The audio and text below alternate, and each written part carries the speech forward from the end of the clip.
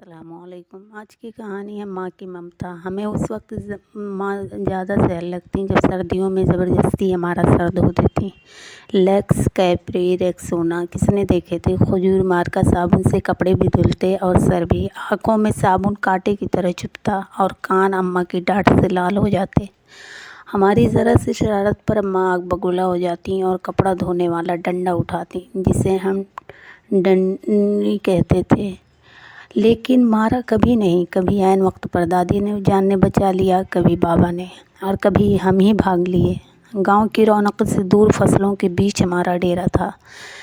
ڈیرے سے ڈنڈی پکڑ کر گاؤں جانا اماں کا سب سے بڑا شاپنگ ٹور ہوا کرتا تھا۔ اس ٹور سے محروم رہ جانا ہماری سب سے بڑی بد نصیبی۔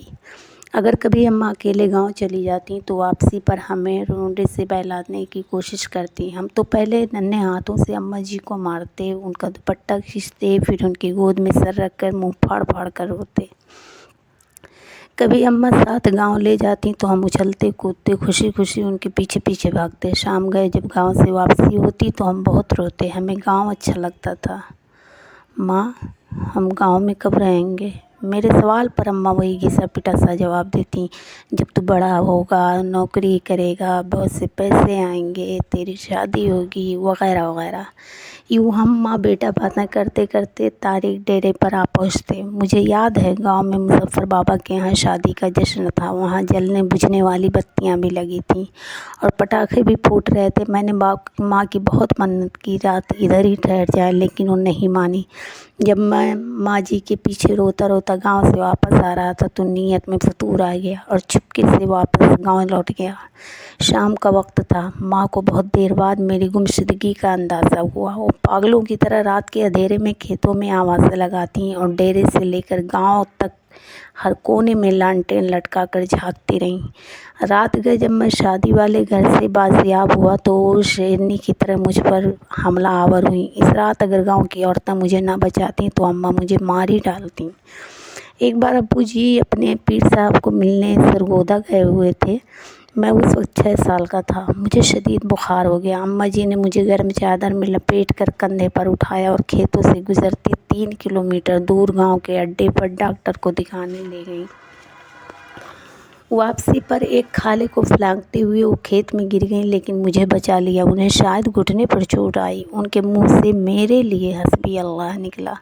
یہ واقعہ میری زندگی کی سب سے پرانی یادداشتوں میں سے ایک ہے۔ یقیناً وہ بڑی ہمت والی خاتون تھیں اور آخری سانس تک محنت و مشقت کی چکی پیستی رہیں۔ پھر جانے میں کب بڑا ہو گیا اور اماں سے بہت دور چلا گیا۔ سال بھر بعد جب گھر آتا تو ماں گلے لگا کر خوب روتی، لیکن میں سب کے سامنے ہنستا رہتا۔ پھر جب رات کو سب سو جاتے تو چپکے سے ماں کے ساتھ جا کر لیٹ جاتا اور ان کی چادر میں منہ چھپا کر خوب روتا۔ ماں کھیت میں چارہ کاٹتی اور بہت بھاری پنڈ بنا کر اٹھا کر سر کے ٹوکے کے سامنے آ پھینکتی۔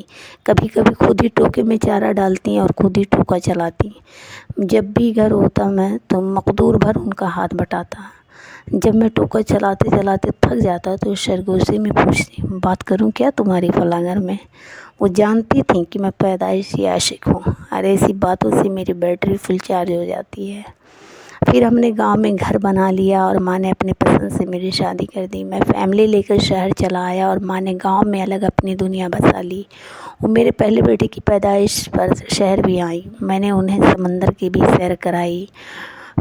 کلفٹن کے ساحل پر چائے پیتے ہوئے انہوں نے کہا، اس سمندر سے تو ہمارے ڈیرے کا چھپر زیادہ خوبصورت لگتا ہے۔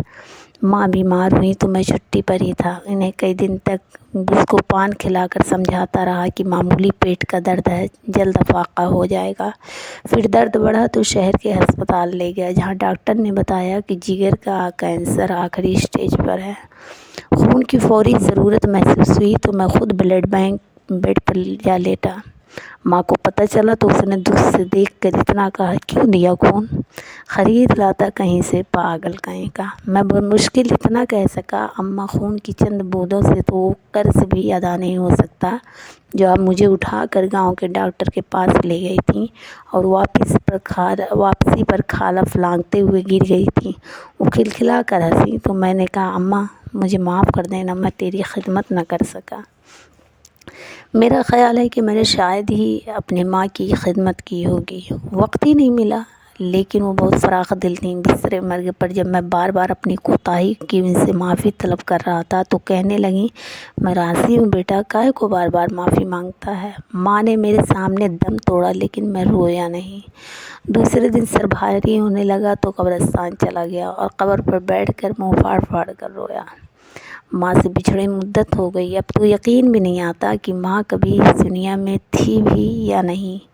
آج بیت اللہ کا طواف کرتے ہوئے پٹھانوں اور سوڈانیوں کے ہاتھوں فٹ بال بنتا جانے کیسے دیوار کعبہ سے جا ٹکرایا، یوں لگا جیسے مدتوں بعد پھر ایک بار ماں کی گود میں پہنچ گیا ہوں۔ وہی سکون جو ماں کی گود میں آتا تھا، وہی اپنائیت، وہی محبت جس میں خوف کا عنصر بھی شامل تھا۔ اس بار منہ پھاڑ کر نہیں، دہاڑے مار مار کر رویا۔ 70 ماؤں سے زیادہ پیار کرنے والا رب، کعبہ اور ہم سدا کے شرارتی بچے۔